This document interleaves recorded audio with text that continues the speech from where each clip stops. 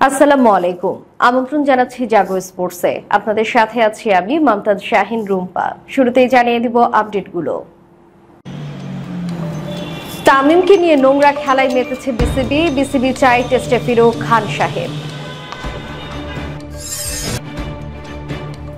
খেললেন না আমির, হারল পাকিস্তানকে চমকে দিল দ্বিতীয় সারির নিউজিল্যান্ড সিরিজের সমতা।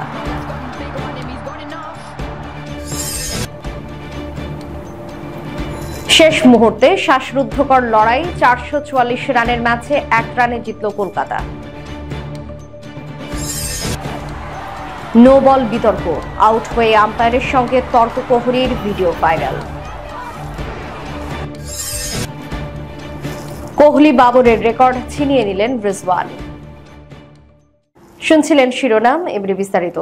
তামিমকে নিয়ে নোংরা খেলায় মেতেছে বিসিবি চাই টেস্টে ফিরুক খান সাহেব। একদিন হঠাৎ করে ডিপিএল এর ম্যাচ চলাকালীন সময় বাংলাদেশের অধিনায়ক নাজমুল হোসেন শান্ত তামিমের সাথে কথা বলে, তাও আবার সকল মিডিয়া কর্মীর সামনে। আর এই দেখে সবাই নাজমুল হোসেন শান্তকে প্রশংসায় ভাষায়। সেটা ছিল শুধুমাত্র লোক দেখানো। ওয়ানডে ফরম্যাট দিয়ে 9 টি20 বিশ্বকাপ দিয়ে অবসর ভেঙে জাতীয় দলে ফিরছেন দেশসেরা ওপেনার তামিম ইকবাল। শুধু বাংলাদেশের মিডিয়া না, ক্রিকেট বিষয়ক ওয়েবসাইট ক্রিকইনফো পর্যন্ত তামিমের ব্যাক করার নিউজ করে। কিন্তু আসলে কি বিসিবি চাইছিল টি20 বিশ্বকাপে খেলুক তামিম ইকবাল? আসলে ঘটনা তা নয়, কেননা টি20 বিশ্বকাপের দলে থাকা তো দূরে থাক, ওয়ানডে ফরম্যাটের দলেও টিম ম্যানেজমেন্টের পরিকল্পনাতে নেই তামিম। যতদূর জানা গেছে তাতে তামিমকে বিসিবি থেকে প্রস্তাব দেওয়া হয়েছে টেস্ট ক্রিকেটে ব্যাক করার জন্য। আর টেস্ট ফরম্যাটে তো তামিম খেলতে চাইলেও খেলতে পারবেন না তার ফিটনেস ইস্যুর কারণে। তাই তো বলা চলে এটা বিসিবির একটা প্ল্যান। তামিম টেস্ট ফরম্যাটে ফেরার প্রস্তাব দিয়েছে তার কারণ সে খেলতে পারবে না, জাতীয় দলে ফিরতেও পারবে না।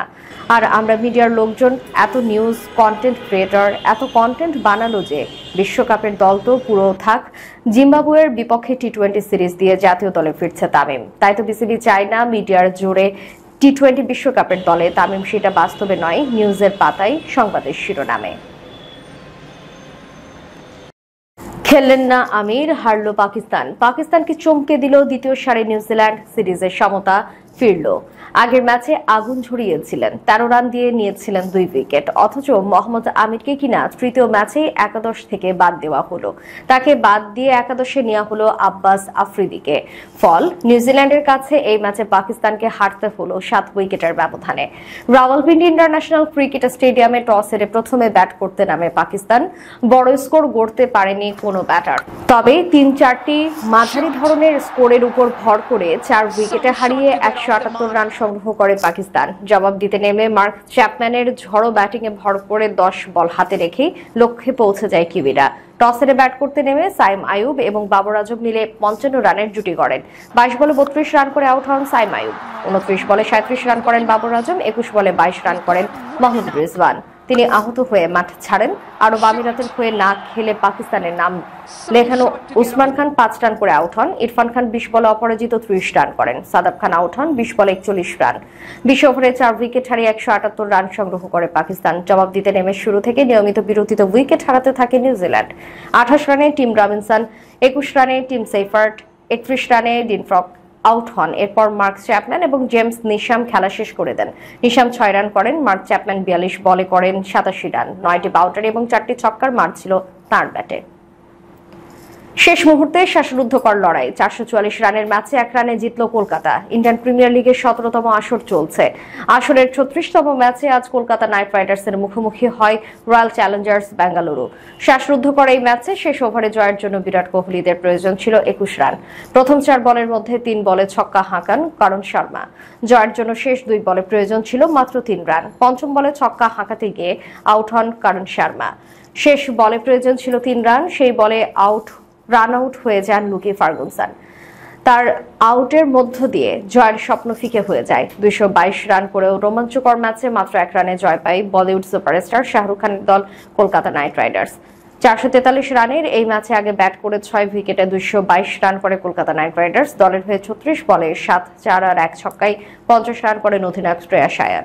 মাত্র 14 বলে 7টি 4 আর 3টি ছক্কায় 48 রান করেন ওপেনার ফিল সল্ট। ইনিংসের শেষ দিকে মাত্র 9 বলে 2-4 আর 2 ছক্কায় 24 রান করেন রমনদীপ সিং। টার্গেট তাড়া করতে নেমে শ্বাসরুদ্ধকর লড়াইয়ের পর মাত্র 1 রানে হেরে যায় বিরাট কোহলিদের রয়্যাল চ্যালেঞ্জার্স বেঙ্গালুরু।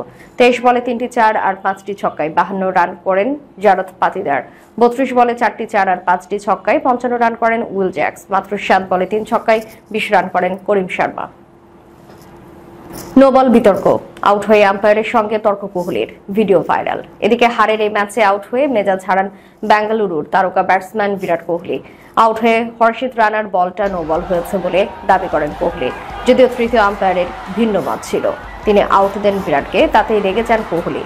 আউটের সিদ্ধান্তে মাঠে আনফিল্ড আম্পায়ারের সঙ্গে তর্কে জড়ান কোহলি। রীতিমতো ক্ষুব্ধ হন ভারতীয় তারকা।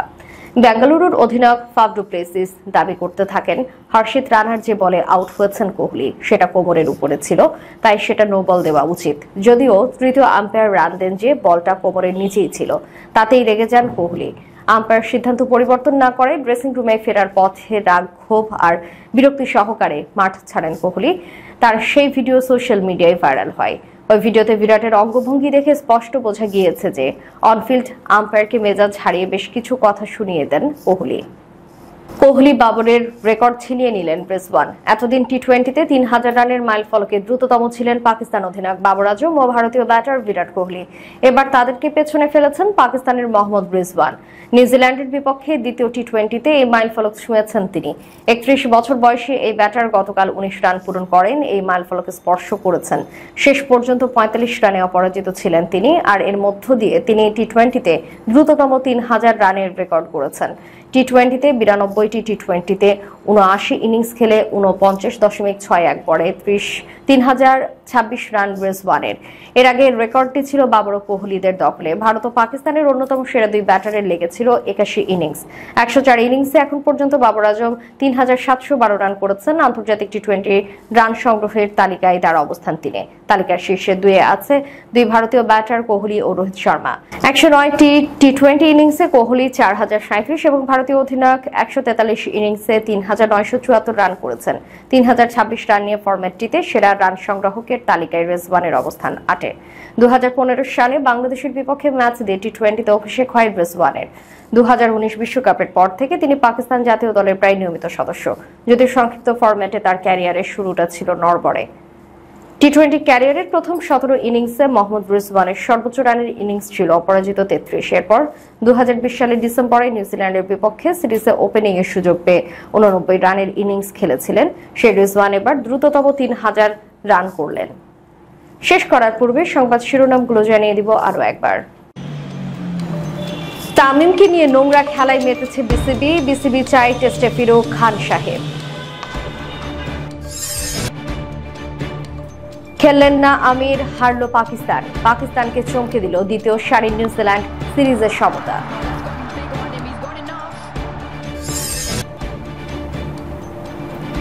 শেষ মুহূর্তে শ্বাসরুদ্ধকর লড়াই, 444 রানের ম্যাচে 1 রানে জিতল কলকাতা। নো বল বিতর্ক, আউট হয়ে আম্পায়ারের সঙ্গে তর্ক কোহলির, ভিডিও ভাইরাল। কোহলি বাবরের রেকর্ড ছিনিয়ে নিলেন ব্রিসবেন। এতক্ষণ আমাদের সাথে থাকার জন্য ধন্যবাদ। আল্লাহ হাফেজ।